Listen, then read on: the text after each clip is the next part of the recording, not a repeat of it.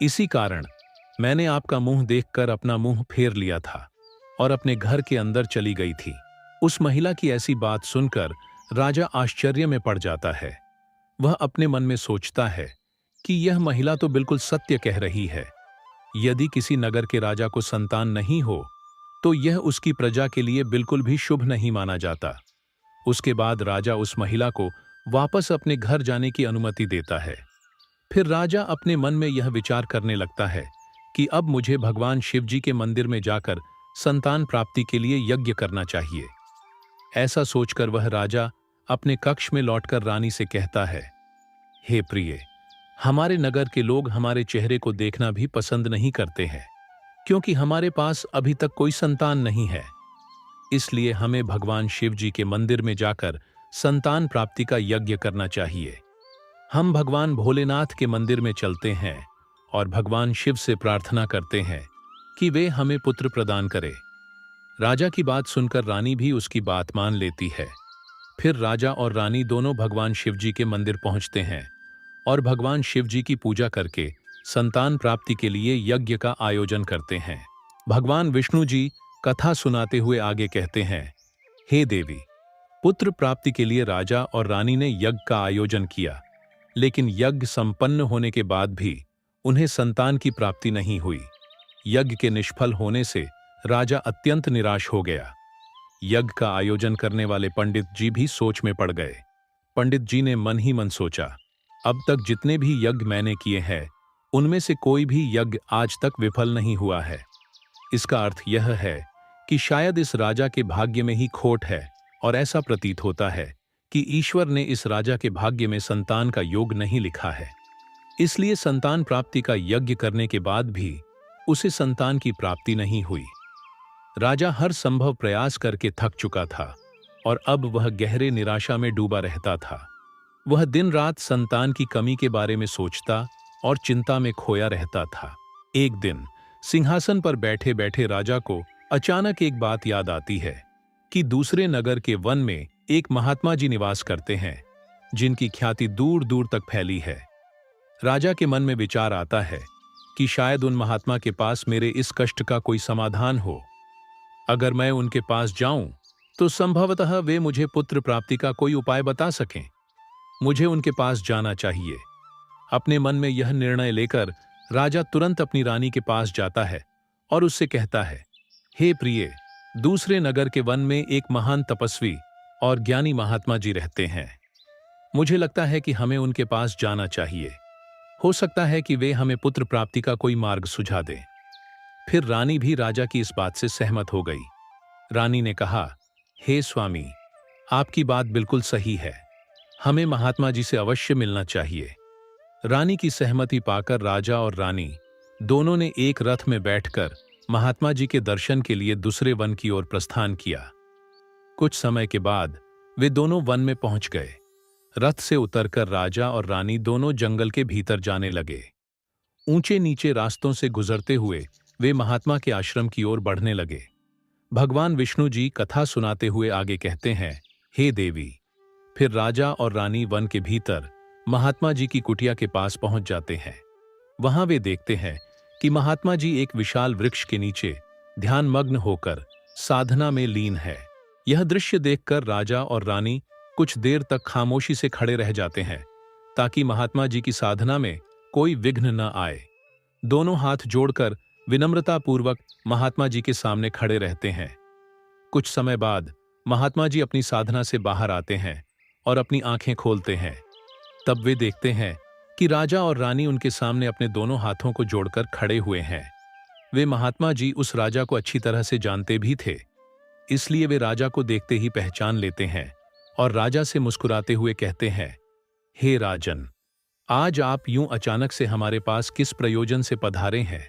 तब राजा ने नम्रता से महात्मा जी को प्रणाम किया और अपनी व्यथा महात्मा जी को कह सुनाई।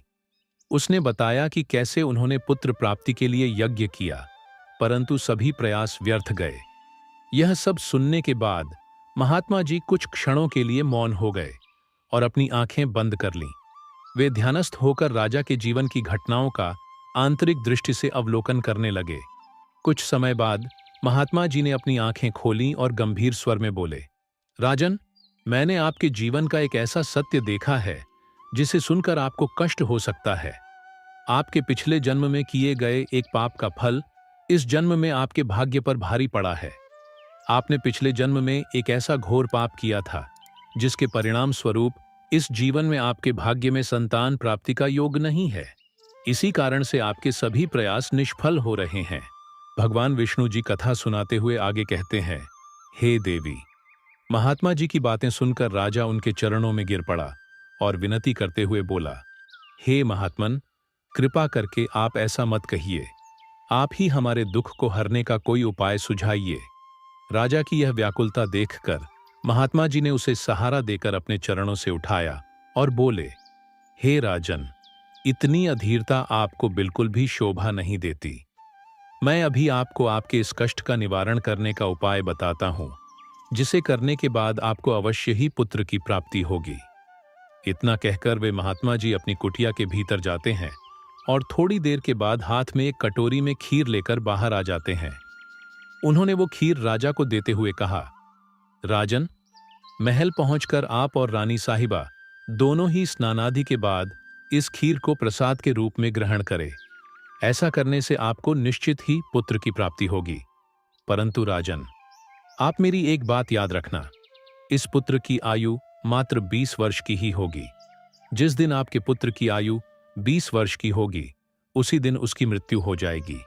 महात्मा जी की इस बात को सुनकर राजा गहरी सोच में डूब गया। वह अपने मन में सोचने लगा, चलो 20 वर्ष के लिए ही सही, परंतु इस संतानहीनता का कलंक तो मिट जाएगा। हमें संतान का सुख तो मिलेगा।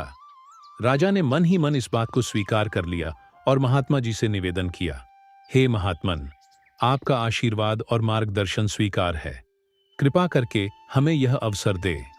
महात्मा जी ने मुस्कुराते हुए राजा को आशीर्वाद दिया। राजा और रानी ने महात्मा जी को प्रणाम किया, उनकी चरण वंदना की और विनम्रतापूर्वक आभार व्यक्त किया। इसके बाद राजा और रानी अपने रथ में बैठकर महल की ओर लौट चले। इसके बाद महल पहुंचकर राजा और रानी स्नान आदि कर भगवान भोलेनाथ जी का प्रसाद मानते हुए श्रद्धा से उस खीर को ग्रहण करते हैं। उसके कुछ ही दिनों बाद रानी गर्भवती हो जाती है, जिससे रानी बहुत ही प्रसन्न हो जाती है। जब राजा ने यह शुभ समाचार सुना तो वह भी खुशी से झूम उठा। संतान प्राप्ति का यह सुखद समाचार सुनने के बाद राजा ने महात्मा जी के प्रति अपनी कृतज्ञता प्रकट करने का निश्चय किया। राजा अपने रथ में ढेर सारे फल, फूल, वस्त्र और अन्य भेंट सामग्रियां रखकर वन में महात्मा जी की कुटिया की ओर चल पड़ा। कुटिया के निकट पहुंचकर राजा ने अपने रथ को रोक दिया और विनम्र भाव से नीचे उतरकर महात्मा जी के पास पहुंचा। महात्मा जी ध्यान मग्न बैठे थे। राजा ने उनके पास जाकर सभी वस्त्र, फल, फूल उन्हें समर्पित किए और गहरे आदर के साथ प्रणाम करते हुए कहा, हे महात्मन, आपकी ही कृपा से हमें संतान प्राप्ति का सुख प्राप्त होने जा रहा है, इसलिए आप मेरी यह तुच्छ सी भेंट कृपा कर स्वीकार करें। महात्मा जी राजा की विनम्रता और कृतज्ञता से अत्यंत प्रसन्न हुए।